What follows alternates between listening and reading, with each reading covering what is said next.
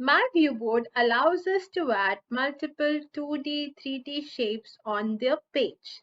To do that, click on the Shapes option. As you click here, you can see there are multiple options to choose from. Choose the option that meets your requirement and drag and drop it on the screen.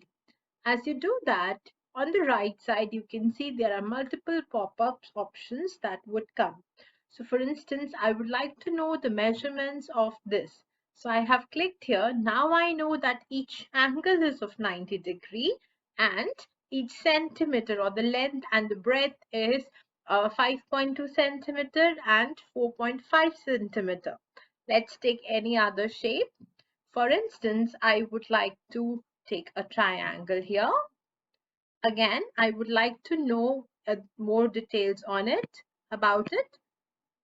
Okay, so let me click it here. So I have more details about this figure. Now, I also have an option to choose figures, the 3D figures. For instance, I want something here. So I have a cylindrical figure here, cylindrical shape.